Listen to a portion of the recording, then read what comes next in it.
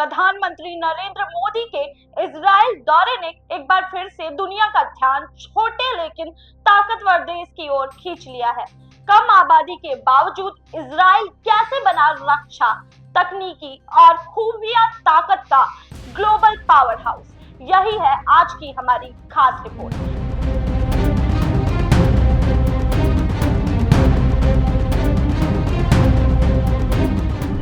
नमस्कार, आप देख रहे हैं कंटाप न्यूज और मैं हूं आप सभी के साथ प्रियांशी मिश्रा। भारत के प्रधानमंत्री नरेंद्र मोदी 2 दिनों के अहम इजराइल यात्रा पर गए हैं।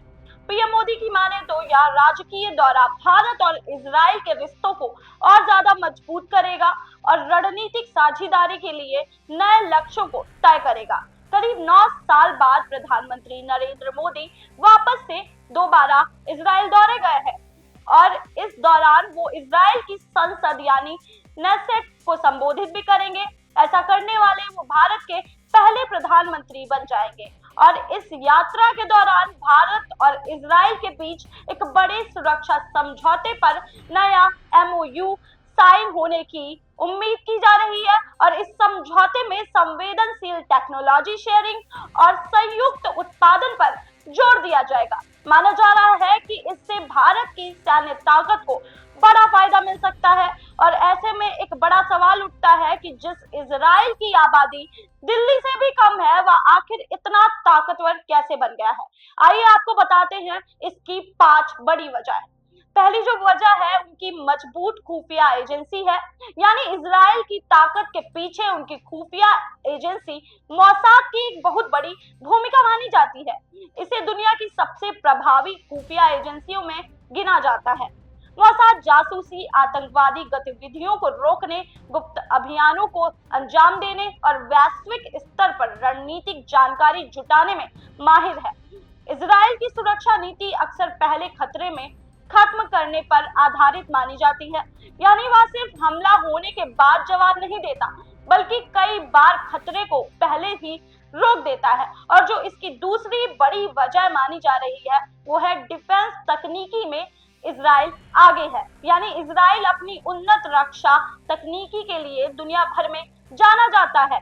और आपको बता दें, Israel aerospace industries, Rafael defence system और उनके कई सारे ऐसे एल्बिट सिस्टम्स जैसी कंपनियां हैं जो अत्याधुनिक हथियार, ड्रोन, रडार और साइबर सुरक्षा सिस्टम्स बनाती हैं। यही इजराइल की मिसाइल रक्षा प्रणाली आयरन डोम इसका बड़ा उदाहरण है, जो आने वाले रॉकेटों को हवा में ही नष्ट करने में सक्षम है। इजराइल न केवल इन तकनीकों का इस्तेमाल कर अपनी सुरक्षा के लिए ही करता है, बल्कि रक्षा उपकरणों का निर्यात भी करता है। इससे उनकी अर्थव्यवस्था और अंतरराष्ट्रीय प्रभाव दोनों ही मजबूत होते हैं। और जो तीसरी वजह है, इजराइल का रिसर्च और डेवलपमेंट पर भारी निवेश। इजराइल अपनी GDP पर लगभग 6% रिसर्च और डेवलपमेंट पर खर्च करता है, जो दुनिया में सबसे ज्यादा में से एक है। यह निवेश रक्षा, साइबर सुरक्षा, आर्टिफिशियल इंटेलिजेंस, कृषि, चिकित्सा और अंतरिक्ष तकनीकी पर एक नई खोज को बढ़ावा देता है। वहां की यूनिवर्सिटीज, निजी कंपनियों और सेना के बीच मजबूत तालमेल है। इसी वजह से नई तकनीकी पर तेजी से विकास हो रहा है और उसे जमीन पर लागू करना आसान हो जाता है। जो चौथी वजह है उनका है अनिवार्य सैन्य सेवा, यानी इजराइल में 18 साल की उम्र के बाद ज्यादातर युवाओं के लिए सेना में सेवा देना अनिवार्य है। पुरुष हो या महिलाएं, दोनों सशस्त्र बलों में शामिल होते हैं। इससे देश के पास एक बड़ा प्रशिक्षित और अनुशासित रिवर्स बल तैयार हो जाता है। किसी भी आपात स्थिति में इस बल को तुरंत सक्रिय किया जा सकता है। इससे देश की सुरक्षा व्यवस्था हमेशा मजबूत बनी रहती है। और जो 5वीं और आखिरी वजह है उनका स्टार्टअप नेशन की पहचान, यानी इजराइल को अक्सर स्टार्टअप नेशन कहा जाता है।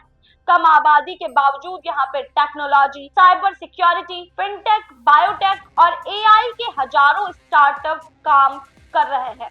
तेल अवीव जैसे शहर वैश्विक तकनीकी हब बन चुके हैं।